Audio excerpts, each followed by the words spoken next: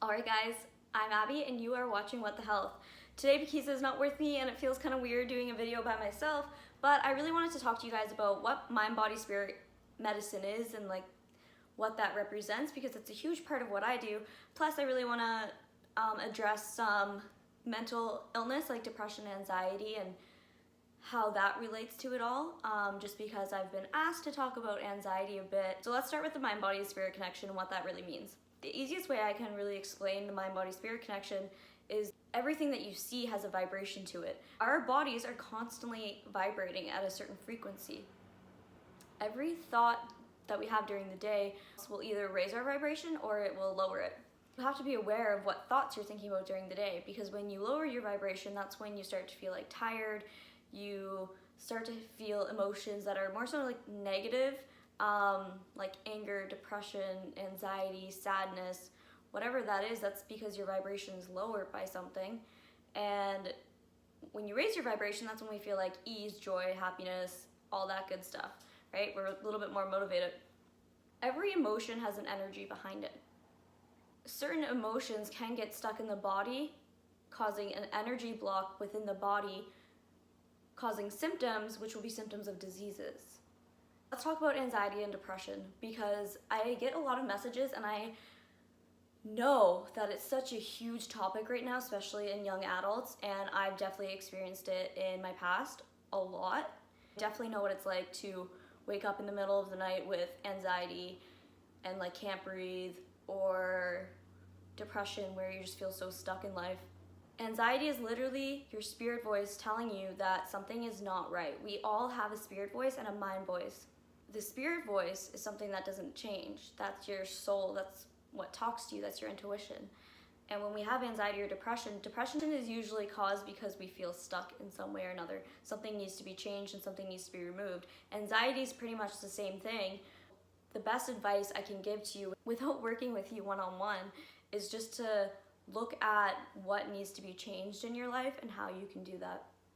Without working with like a coach or somebody helping you change those thought patterns and connecting your thought patterns to events that you may not even realize, it's harder to change them, because you can journal to release the energy and stuff, but if you have the continuing thought pattern, you're still gonna have the symptom of it. So periodically journaling or meditation or whatever will help release that energy and it will make you feel better in that moment, but you may realize that you're still having anxiety and you're still having depression, and that's because you're not changing the core thought patterns and the core beliefs, which is what I help you guys do and make you recognize what is actually happening and why you have that symptom of anxiety and depression. I remember in high school I was severely depressed, and I was on antidepressants for years, and it didn't matter what I took for it or how much I journaled or whatever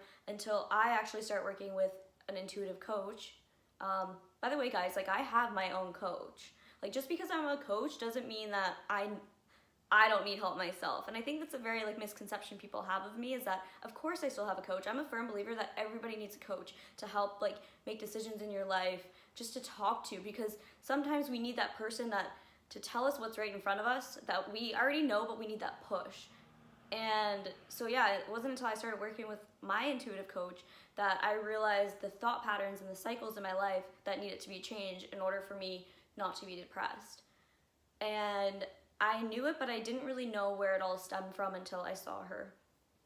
A lot of my clients will say the same to me, is that, so if you do have anxiety or depression, know that we could change it, and that it's not just something that you have to label yourself with or that you have to deal with every single day or take medication for. I'm a firm believer that medication helps in a lot of like situations, like when you're so deep that it takes a while to change thought patterns. So I'm not against medication at all, which I think a lot of people think I am. So I'm definitely not. Depression is usually related to holding on to an experience from the past, and that's energy stored in the body, creating depression. So as soon as like we release that, you'll probably notice that you won't need the medication later on, and that's the ultimate goal. It's not to like not put you on medication or to dismiss medication, because it's helped a lot of people, but just know that your anxiety and depression is only a symptom from a blockage within the body. And a lot of you might think, well, I do Reiki sessions, or I clear energy, or if I had sessions with like naturopaths or like deficiencies or like whatever. I'm also a nutritionist, so I was a firm believer in that it's a deficiency of something. The root cause is like, why isn't your body absorbing it? Why is there a deficiency in your body? And again, that goes back to emotions and blocked energies that's keeping your body from breaking certain things down.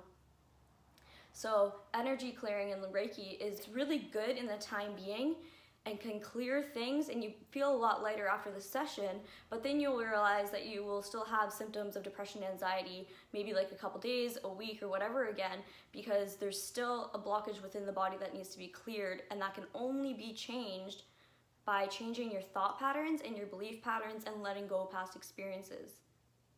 I hope this made some clarity and maybe got you guys like thinking about maybe the next step of what you have to do if you are suffering from anxiety or depression. I just want you to know that I've completely been there, and it's not a good feeling, but I'm on the other side of it now, and I know that that's possible, and I know that each and every one of you can get there. And just take the next step. Whatever is telling you inside of you, what's telling you what the next step is, listen to it, because that's your spirit voice talking. That's something you don't want to ignore.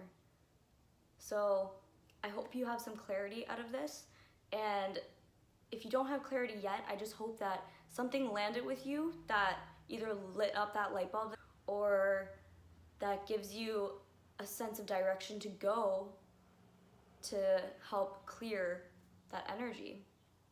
So I hope you guys all have a beautiful day, and thank you for watching this video, and thank you for messaging me, telling me that you guys needed help with this. I really appreciate that, because if there's a way that I can share it with you and help you guys change that, I would 100% love to, and that's the reason why I'm here. I will probably talk to you on Instagram, but if you guys aren't following our Instagram, please do. It's at WTH is your problem.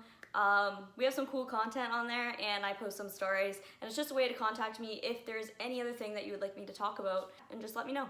Thank you guys so much for watching, and I hope you guys have a beautiful day.